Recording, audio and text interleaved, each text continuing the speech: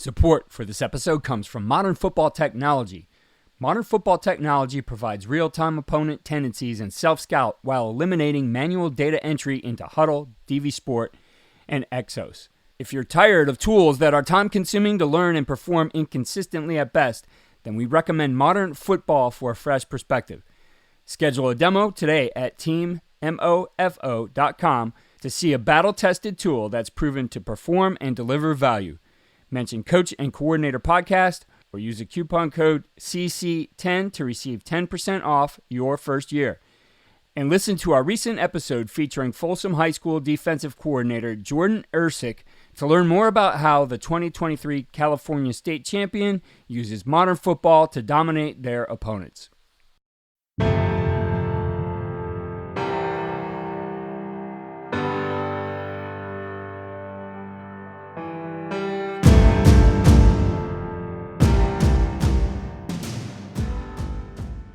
Somebody's going to be in stress and somebody's going to be in conflict. So really teaching our defensive players who is in conflict and allowing them and giving them tools to relieve the stress on them when they are the conflict player, especially, in our RPO world. Our offense is having their way with your defenders they put in conflict. At the third annual Lawrence First and Goal Clinic, Shane Dierking, defensive coordinator at Division III national champion North Central College, also the 2022 Football Scoop D3 Coordinator of the Year, shared his insight on gap manipulation and limiting explosive plays. He covered everything from understanding the importance of a tight top-down defense to mastering the art of manipulating gaps. He includes a short discussion on their 30% rule and how this helps guide their planning week to week, as well as his reasoning for manipulating gaps and the 4 methods which they use. In general, offenses love the RPO because of the way it can conflict a defender and open up voids behind level 2 or potentially leave a gap open in the box. Either situation can lead to explosive plays. Explosive plays can be a game changer in football. The chances of scoring in any single drive increase significantly with a single explosive play. By ensuring that the defense never gives up explosive plays, it forces the offense to work harder and increases the chances of the defense creating havoc plays like tackles for loss, interceptions, and fumble recoveries. By making the offense earn every yard, the defense can increase the team's win-loss percentage and maintain strong defensive presence on the field. That's what Coach Dierking shared in this segment from his clinic. The entire talk shows the different ways the Cardinals manipulate gaps, with Coach Dierking explaining those on game film. We'll put the link to the entire talk in the show notes. Coach Dierking joined us recently to discuss a variety of topics, including how their 4-2-5 is packaged with 3-3 stack. That link can be found in the show notes as well. Here's Coach Dierking's talk at Lawrence First and Goal on manipulating gaps. What you see on tape is a direct reflection of what you teach and how you teach. Video is important, but if you don't teach well, you're not going to like what you see on your video. First Down Playbook has been helping coaches teach better for 13 years. It allows you to present installs, playbooks, and practice cards in half the time with NFL quality. Coaching tools like video pairing, a player app, practice schedules, and wristband sheets have made First Down Playbook a program management system with everything in one place. If you're in a position of leadership with your football program, receive a free 1-week look at First Down Playbook. Call them at 512-814-6158 or visit them on their website or social media. Mention Coach and Coordinator Podcast or use the coupon code COACH24 to receive a $100 discount off the normal $700 First Down Playbook team membership price. Links and the phone number are in the show notes. Do appreciate it. Very humbled to be a part of this clinic, so many great coaches from so many great coaching staffs and for such a great cause. So just a little background, base defensive structure and philosophy. Who are we? What are we about? From a personnel standpoint, this last season, looking at 2022, we were 84% out of our base personnel, which is a 4-2-5. Then once we get to third and medium, third and long, 2-minute situations, end of game situations, then we utilize our 3-3 stack personnel, which is taking off a defensive lineman, putting on another secondary player. either a corner or safety, whoever's best from our personnel in that particular season, that particular week. At that point, we were 16% in our 3-3 stack personnel. Just from a philosophy standpoint, from a run defense, we want to have a +1 in the run box, right? So 10 personnel, we want to have all 6 of those gaps covered. 11 personnel, 7-man, 12 personnel, 8-man. And we'll talk about how we can manipulate each of those gaps by personnel based off of our tools, our gap fits, and our coverage. We want to spill the football to speed, right? We want to make the ball go east and west. We want to be really, really physical, allow our guys to play fast in the run box. And again, make the ball go east and west to our force players, not get punctured in the teeth of the defense. From a pass defense philosophy, some of this has changed over the past few years. We really talk about manipulating explosive plays in the pass game. And how we do that, we reiterate, on a constant basis, talking with our guys about tight top-down defense. We look at when we give up 5 or more explosive plays, right, how that affects our win-loss percentage. When we're below 4 or less explosive plays, how that's impacted our win-loss record throughout the year. So we want to make the offense earn everything. And again, we think a lot of offenses, a lot of coordinators, will get frustrated if they have to go 10, 11, 12, 13 play drives. And that allows us more opportunities, right, to create havoc plays, right, TFLs, tackles, interceptions, right, and fumble recoveries. So we want to make the offense earn everything, not give up those chunk plays. We feel that allows us, right, to play our brand of defense and give us more opportunities to get off the field. We want to be very multiple in coverage. We want to confuse the quarterback.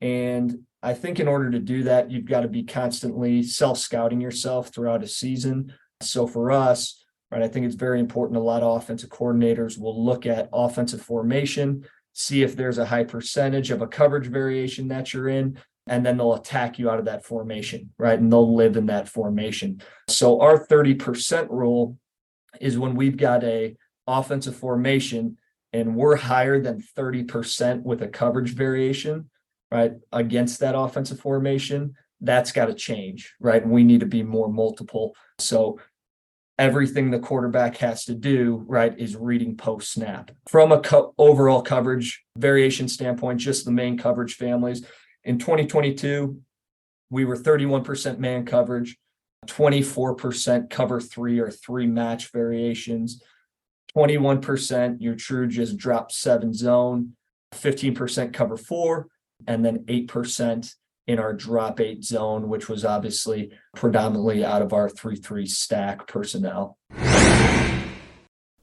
As coaches, we know that some of the biggest hurdles to our team's success can come from off the field. Your team needs support to tackle the endless list of expenses, uniforms, training equipment, travel, and more.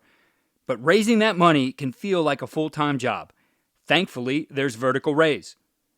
Vertical Raise is the premier online fundraising platform using innovative technology to create the easiest and most efficient system available. Raise more money in less time with a local fundraising coach who works with your team every step of the way to customize the ideal fundraiser. With options for online donations, digital discount cards, premium product sales, and even spirit shops, Vertical Raise has top-of-the-line solutions for every fundraising style. To find out more, visit verticalraise.com and we'll get you connected with an exclusive offer on your first fundraiser.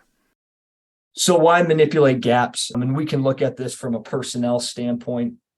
10 personnel, whether it's 2x2 or 3x1, somebody's going to be in stress and somebody's going to be in conflict. So really teaching our defensive players who is in conflict and allowing them and giving them tools, right, to relieve the stress on them when they are the conflict player, especially, in our RPO world in 10 personnel. Eliminating easy access throws, right? Don't want to live in a world where a quarterback can just have a simple read the box, pull it, throw a hitch, throw a slant.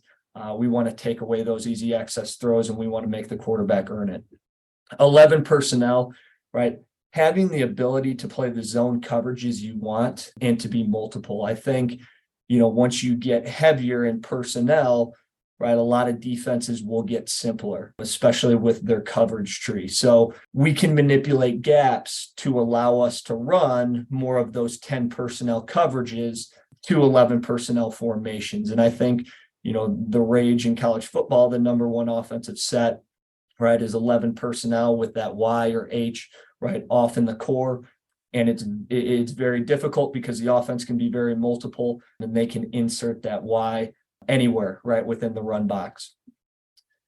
Third, right, making the offense react post snap, like I talked about earlier, right? When we get those RPO teams, right, we want to make sure that we're constantly stemming in the secondary. Our linebackers are constantly stemming their alignments, right? And always having that quarterback wonder if it's a 5-man box, if it's a 6-man box and 10 personnel, right? And 11 personnel, is it a 6 or 7-man box? And where is that 6th or 7th hat coming from? Also, when we do some of our gap manipulation, adjusting those O-line tracks, throwing off their communication through late stemming, stunting, spiking the front, as well as their pass pro communication, right? So this is our base structure, right? We're a field and boundary team. So you see, right, field corner, field safety to the field. Our nickel, we really say that we are a 4-2-5 because at times he will be a deep half player. He will be a deep hole player, deep middle third player.